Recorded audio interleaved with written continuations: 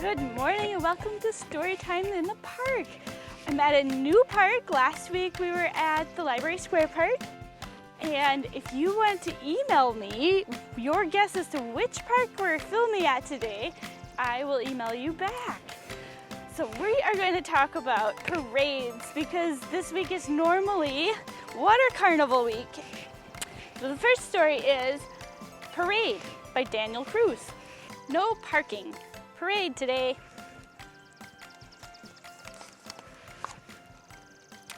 Buttons, balloons, and flags for sale. Hot dogs, pretzels, ice cream, and soda to buy. Watchers gather.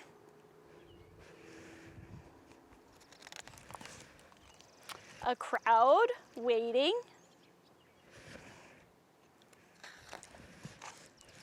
Here it comes.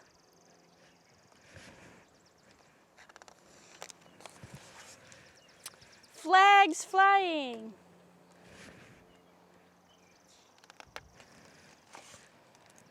A strutting drum major leads the marching band. Trombones, clarinets, saxophones. Cornets, trumpets, flutes, French horns, sousaphones. Fill drums, cymbals, and last the big bass drums.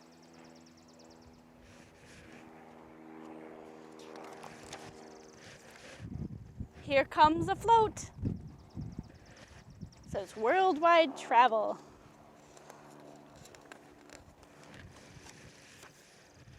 And baton twirlers twirling and turning. Bicycles from bygone days and antique automobiles.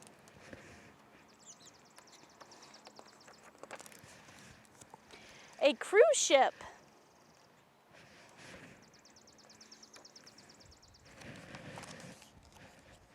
And at the end of the parade, the brand new fire engine.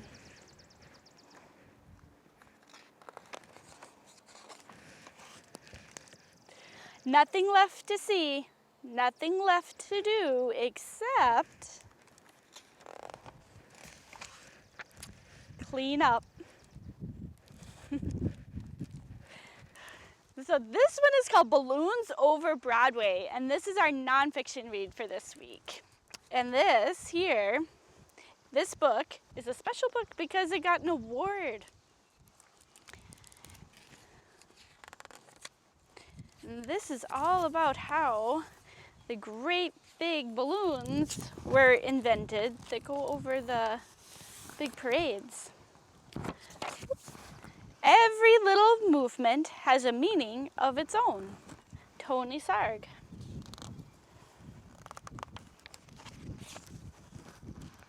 From the time he was a little boy, Tony Sarg loved to figure out how to make things move. He once said he became a marionette man when he was only 6 years old. His father had asked him to feed their chickens at 6:30 in the morning every day. Tony had an idea. What if he could feed the chickens without leaving his bed?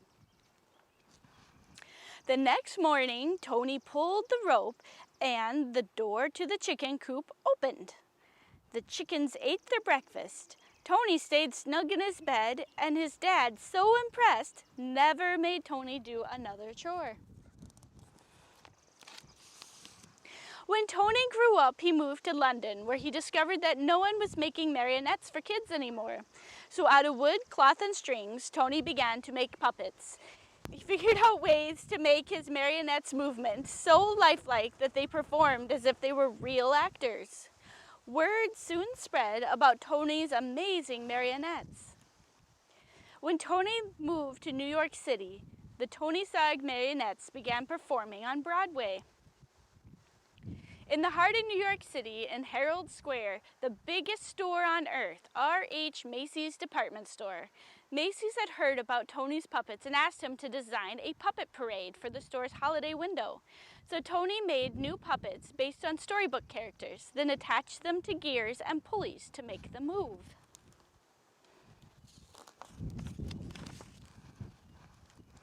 In Macy's Wondertown windows, Tony's mechanical marionettes danced across the stage as if by magic. All day long they performed to shoppers jostling for a better look. But Macy's had an even bigger job in store for Tony. Many of the people working at Macy's were immigrants, and the holidays approached, they missed their own holiday traditions of music and dancing in the streets. Macy's agreed to put on a parade for their employees, and they hired Tony to help. Tony, too, was an immigrant, so he loved the idea of creating a parade based on street carnivals from all over the world. He made costumes and built horse-drawn floats, and Macy's even arranged to bring in bears, elephants, and camels from the Central Park Zoo. The animals joined hundreds of Macy's employees on Thanksgiving Day, 1924, winding their way from Harlem to Herald Square. It was a dazzling parade. In fact, Macy's first parade was such a success that they decided to have one every year on Thanksgiving Day to celebrate America's own holiday.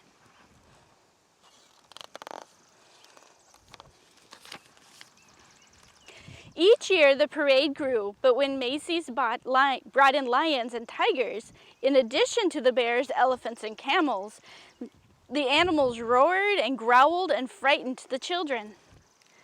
"Tony, can you think of something spectacular?"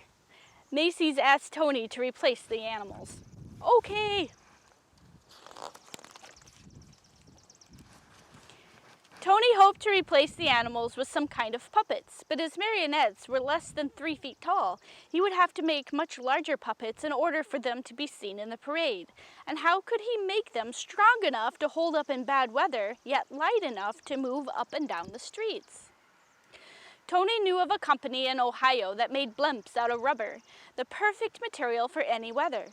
When he called the company and showed them his sketches, they agreed to make what Tony wanted. Still, how would Tony make his big puppets move? Then Tony had an idea from Indonesian rod puppets in his toy collection. On Thanksgiving Day, Tony's creatures, some as high as 16 feet, spilled into the streets, and the crowds cheered wildly. Part puppet, part balloon, the air-filled rubber bags wobbled up and down the avenues, propped up by wooden sticks.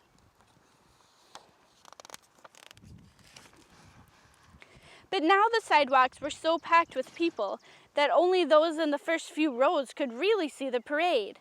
Tony realized his puppets would have to be even bigger and higher off the ground. And though the sticks helped to steer the puppets, they were stiff and heavy. Tony wanted his balloons to articulate, to move and gesture, more like puppets. But how? With a marionette, the controls are above and the puppet hangs down. But what if the controls were below and the puppet could rise up?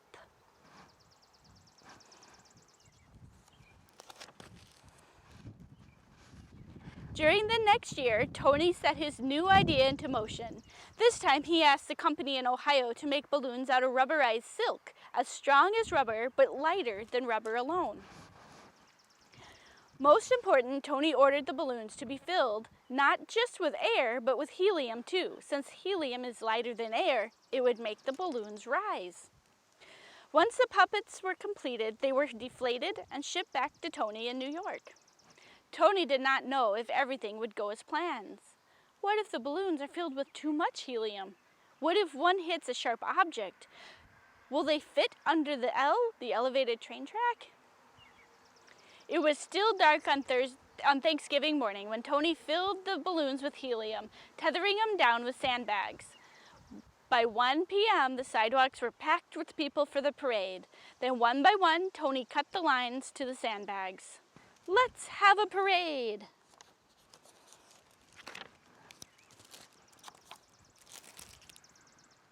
And the magnificent upside-down marionettes rose up into the skies.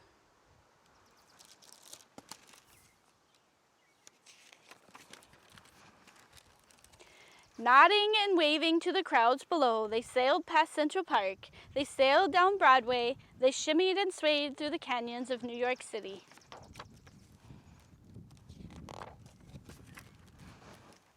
High above the crowds, they flounced in the afternoon wind, pulling the rope handlers this way and that.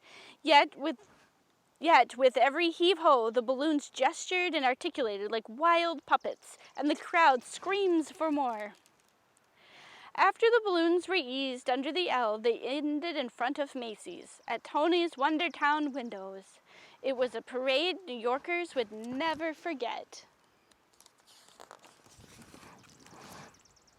And from that day on, every Thanksgiving morning, crowds have lined the sidewalks of New York City to see what new balloons would rise to the skies for Macy's famous parade.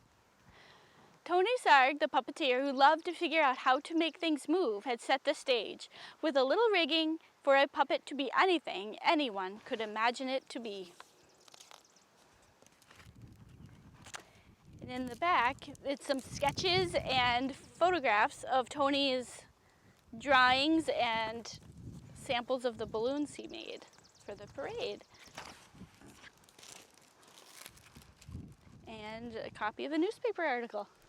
All right, so we have a little science experiment again, and you're going to need a plate and some water and a whiteboard marker, and the Expo markers work the best for this experiment. And then I will let you see what happens when you draw on a plate with a whiteboard marker and then pour water on it. It's like magic.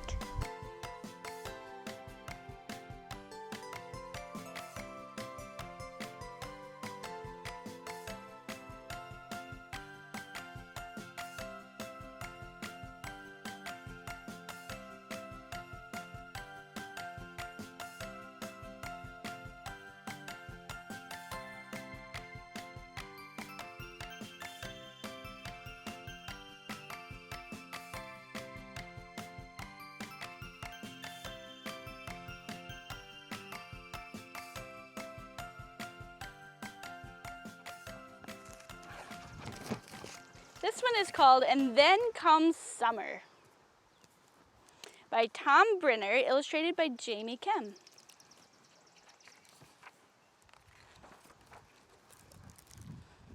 And then comes summer.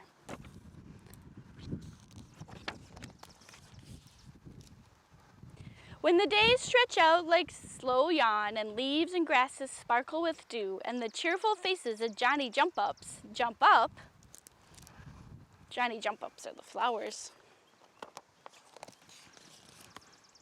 Then throw on the flip-flops and breathe the sweet air. When bumblebees bumble around in flowers and warblers flit from tree to tree, and the air thrums with the sound of lawnmowers. Then pump up your bike tires, dig out your helmet, and raise your seat. My, how have you grown! When the last class project is finished and your cubby is clean to cookie crumbs and eraser bits, and the end of the year hugs have been given, then swap out backpacks and notebooks for pitchers and cups. Little lemonade stand. When daylight pushes back bedtimes and crickets crick crick in the evening air and bugs as big as thumbs bang against windows, then play hide and seek until darkness wins.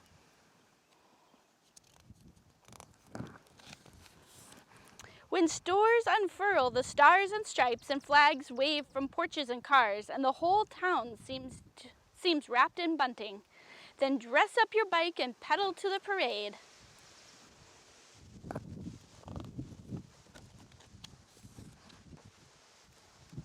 When bands march by, left, right, and all manner of floats float past, and scouts and pioneers toss candy.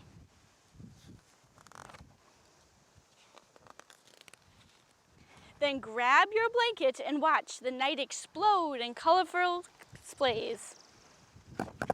Oh. When every day is like a Saturday, and porches and lawns and sidewalks are playgrounds, and a familiar jingle interrupts the game. Then race to be the first in line. Almond fudge, please.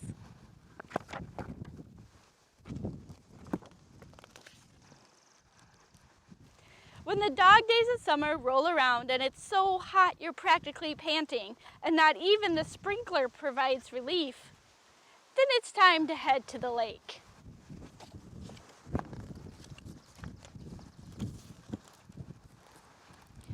Roll down the window and smell the hot, dry grass.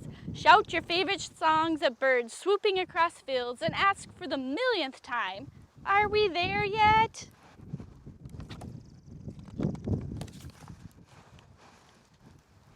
When the familiar sign appears at last and the Silver Lake winks through the trees and old friends run to greet you, then scramble out of the car, dash down to the beach, and swim till the sun is low and your lips are blue.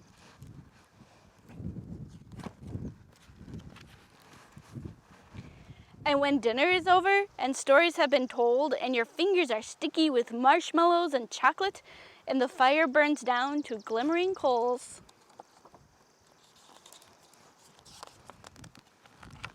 then snuggle into your sleeping bag and plan tomorrow's adventures.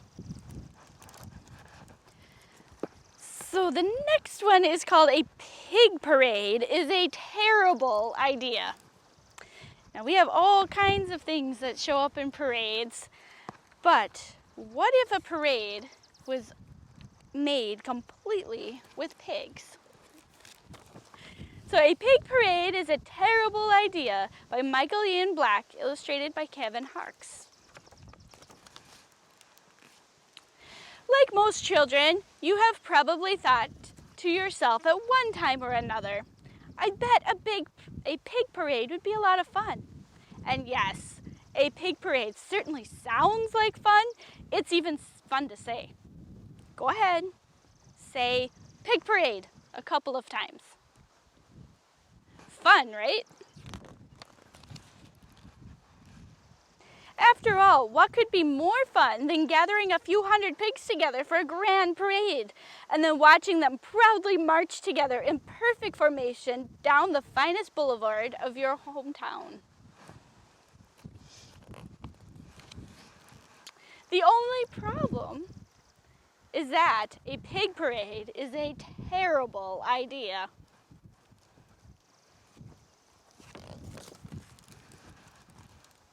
For one thing, pigs hate to march. They prefer to snuffle, which is kind of like walking with your nose. Snuffling is fine when you're trying to find leftover apple skins and acorns in the barnyard, but snuffling is simply an inappropriate way to conduct yourself along a parade route. That one has gum stuck to his nose. That's just one reason why a pig parade is just a terrible idea.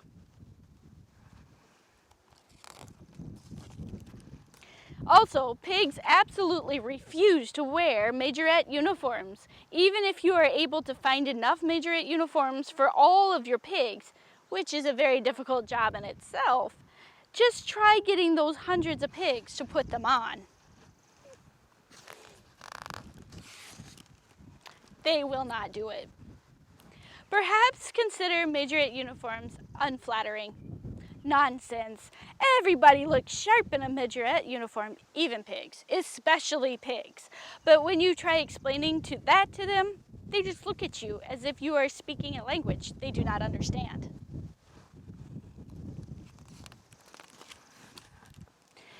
Again, a pig parade is a terrible idea.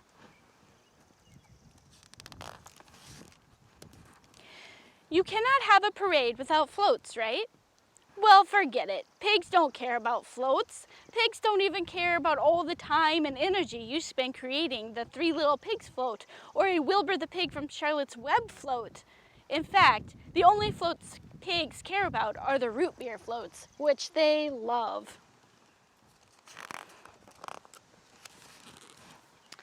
Then there's a matter of music. Pigs have horrible taste in music. If you give a group of pigs marching band instruments to play, do you think they will play good, spirited marching band music?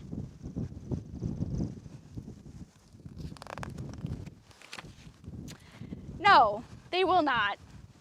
They will play sad, sad country music ballads with titles like "My Tears Are Wet 'Cause My Mud's Gone Dry" and "I Just Want to Plop in the Bucket of Slop." That kind of music is fine for slow dancing at hoedowns, but it's not appropriate for a parade. Face it, a pig parade is a terrible idea.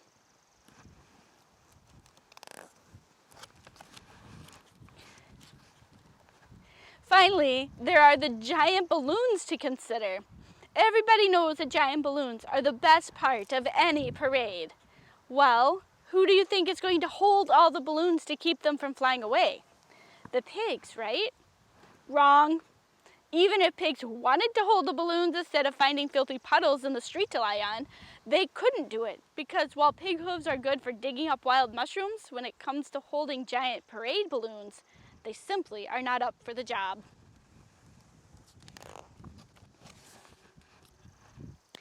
And what happens when balloons go unattended?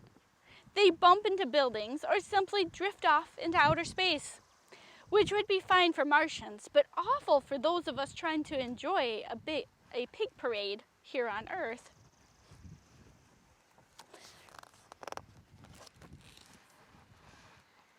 So when you consider the constant snuffling, the refusal to wear marionette uniforms, the disinterest in pig-themed literary floats, pigs' preference for weepy country ballads, and their utter lack of discipline regarding proper balloon handling, it should be absolutely, completely, and totally clear that a pig parade is a terrible idea.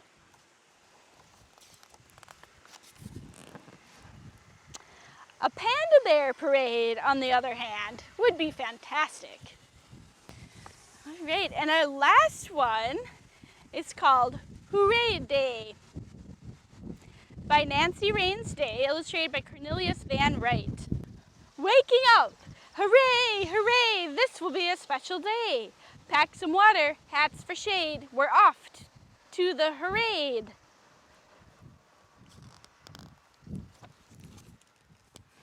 Lawn chair drill team, hup, hup, hup. I can't see Dad, boost me up. Babies, kids, and grown-ups too, all dressed up in red, white, and blue. I hear music, here they come. Bleeding horns and banging drums. My big brother's in the band, I yell, "Hey Sam, here I am."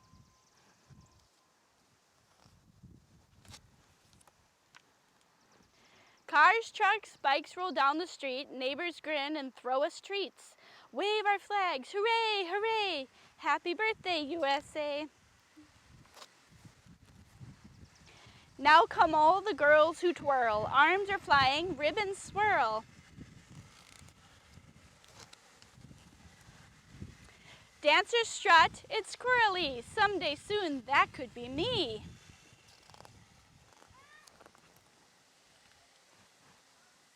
Sun is blazing, we're so hot, someone squirts us, no we're not. Horses marching, clop, clip, clop, oops, one's pooping, plop, plop, plop. No more floats are coming now. Is it over? Look, oh wow, long, long legs and tall, tall hat. Who's that man that looks like that? Sweeper trucks comes, chug, chug, chug. Now it's time for friends to hug. Uncle Bob, that man in blue, holding cars to let us through. Let's go home for lemonade. That sure was a great parade.